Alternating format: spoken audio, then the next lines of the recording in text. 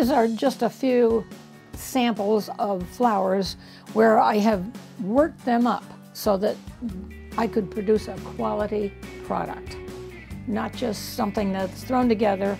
And quality means thin, which means a little more time, a little more patience, but you learn to do that by using the same thinness. You get used to it, and certain tools. And from there, I worked into things like this, starting with the calyx, which is unusual. Normally the calyx goes on last.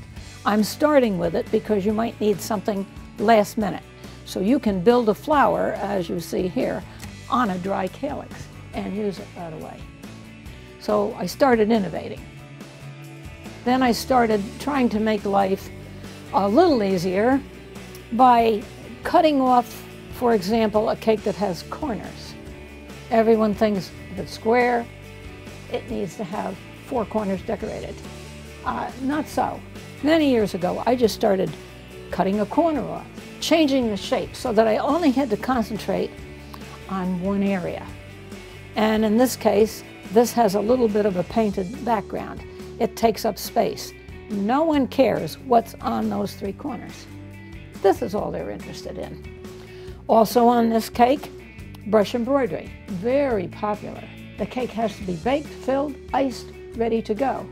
If you do brush embroidery on dry petals, you can assemble them on the cake, have brush embroidery, and it takes you no time at all to put that cake together. So you're doing the work ahead of time instead of waiting for that cake to be finished. So cutting a hole out, a corner off, that helps a lot. It takes away from having to do the entire cake. This one, many years ago, I always liked this, cutting a cake in half and standing it on edges. The painting, this is pastillage. It went on last. That gets removed, and the recipient can keep it. And I used to do a lot of this type of thing. I called it keepsake. And that's what helped to develop a high-end cake. Doing something different, different shapes. Painting, if you can't paint, do something else. You can use stencils. There are any number of things that you can do to take up space without completely covering everything with flowers. These flowers, this is very easy. They're all the same cutters, the same technique, the same everything, except when you roll the gum paste out, you create a texture with rolling pins, lace, whatever. And when it's lace, you do not have to color them realistically.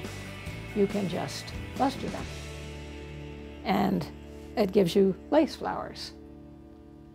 This is pastillage. That's another whole world. Not as difficult as people think. You really ought to try that sometime. This was done in 2 days. This is my recent love, and I'm really, it's a work in progress. These are Victorian ribbon flowers, which were very popular way back then. I'm ancient, but not that bad. They're easy to do. They don't have to be wired for the most part. They can be put on the cake right away, used immediately, and that's a big advantage. The only thing to make them really realistic and really look like ribbon was for me to find ways to get ribbon techniques, that is real fabric. So I had to devise many ways to come about that. So that's my new thing, and I love it, and I suggest that people try it. Might even be a good way to introduce it.